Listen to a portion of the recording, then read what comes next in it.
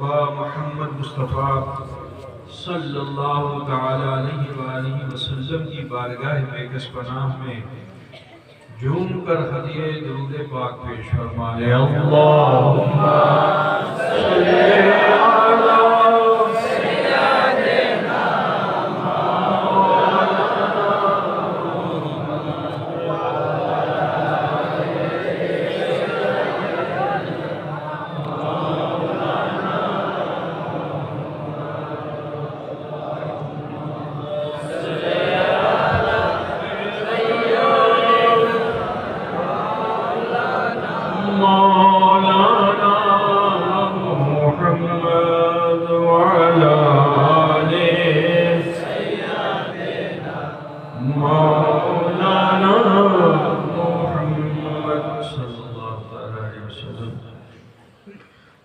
آج جتنی خوشی منائی جائے کم ہے،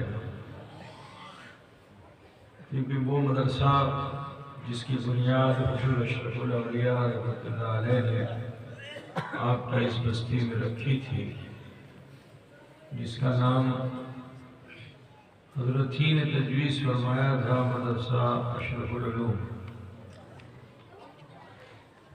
الحمدللہ یہ ادارہ اپنی آب و تاب کے ساتھ رواں دواں ہے۔ آج اللہ کا شکر ہے کہ آپ کے اس مدرسے سے ایک دو نہیں 5 بچوں نے قرآن کو حفظ کیا، اور آج انہیں دستار بھی دی گئی، پگڑی بھی دی گئی، اور ساتھ ہی ساتھ انہیں سرٹیفکیٹ بھی دیا گیا۔ دعا کرتا ہوں کہ اللہ تعالیٰ ان سب کو صحیح معنوں میں حافظ قرآن بنائے، اور جس قرآن کو انہوں نے اپنے سینے میں محفوظ کیا ہے، اللہ تعالیٰ اس کی حفاظت فرمائے، اور ان سب کو نسیان سے پروردگار محفوظ فرمائے۔ مستقبل میں انہیں عالم ربانی بھی بنائے اور متقی اور پرہیزگار بنائے۔ مدرسین لائق مبارکباد ہیں جنہوں نے اپنی انتھک محنت سے ان بچوں کو اس لائق بنایا کہ یہ حافظ قرآن ہو گئے۔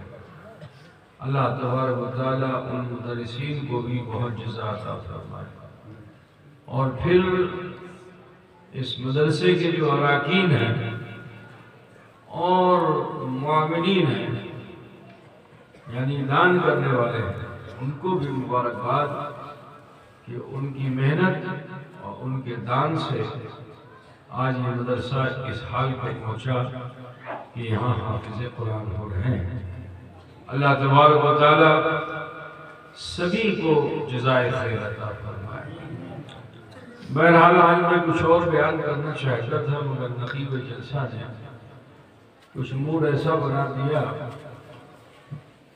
کہ آج مولا علی مشکل کشا کرم اللہ وجہ الکریم کا اتنا ذکر کر ڈالا کہ اب چاہتا ہوں کہ ان کی زندگی کے کچھ حصے آپ کے سامنے پیش کروں، تاکہ وہ ہمارے لیے ایمان و عقیدے کی اصلاح کا ذریعہ بن سکے۔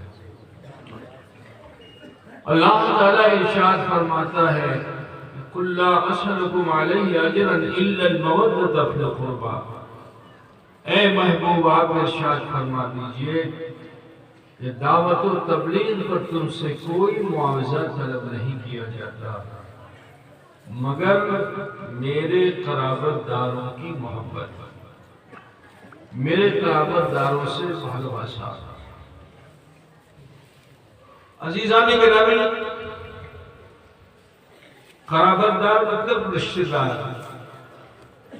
اور رشتہ دار ہوتا کون ہے؟ رشتہ بھالواسا سے، اگر بھالواسا نہیں تو رشتہ ہوگا نا؟ بھالواسا نہیں ہے تو باپ بھی اپنے بیٹے سے منہ پھیر لیتا ہے نا بھائی؟ تو بھالواسا بڑی چیز ہے۔ آؤ دیکھو رسول کائنات صلی اللہ علیہ وسلم کے گھر کو، جو ہاشمی اور قریشی گھرانہ ہے، اللہ کے رسول صلی اللہ علیہ وسلم در یتیم ہیں. آپ کے والد گرامی آپ کی پیدائش سے پہلے ہی وصال کر گئے تھے اور آپ ابھی چند سال کے ہوئے کہ آپ کی والدہ ماجدہ آپ کی ماں کا بھی انتقال ہو گیا. تو حضور صلی اللہ علیہ وسلم کو در یتیم کہا جاتا ہے. لیکن جس گھر میں آپ کی پرورش ہو رہی تھی،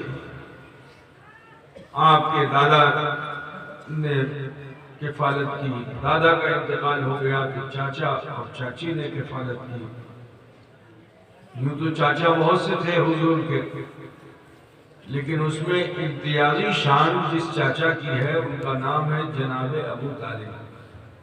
کی نام ہے نا؟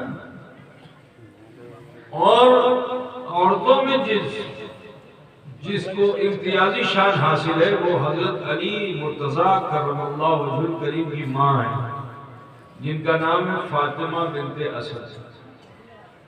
تو ایک چاچی وہ ہیں کہ جنہوں نے بچپن سے ہی حضور سے بھالوباسا رکھی، محبت رکھی، اور ایک چاچی اور ہے اور ایک چاچا بھی اور ہے.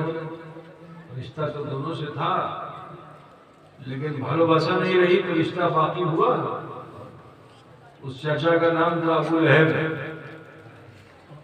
جس نے سب سے پہلے حضور کی سے بھالوباسا کا اعلان کیا تھا. جب جناب محمد رسول اللہ صلی اللہ علیہ وسلم کی پیدائش ہوئی تھی اور نوکرانی نے آ کر، لوڈی نے آ کر کے خوشخبری دی کہ اے ابو لہب تمہیں مبارک ہو، تمہارے گھر بھتیجا آیا ہے، تو اتنا پسند ہوا، اتنا خوش ہوا کہ اپنی انگوٹھی کو اتارا اور لونڈی کو دے دیا اور یہ کہا کہ آج سے تم آزاد ہو. ذرا سوچو کہ وہ ابو لہب کہ جو حضور کی پیدائش پر اتنی خوشی منائے، 40 سال تک حضور سے کوئی اختلاف نہیں، 40 سال تک وہ ابو لہب حضور سے محبت کرتا تھا، بھالوباسا کرتا تھا. لیکن جب جناب محمد رسول اللہ صلی اللہ علیہ وسلم نے اعلان کلمت الحق کیا، جب ارشاد فرمایا فارا کی چوٹی پر کھڑے ہو کر کہ قولوا لا الہ الا اللہ تفلحوا، پڑھ لو لا الہ الا اللہ محمد رسول اللہ، کامیاب ہو جاؤ گے.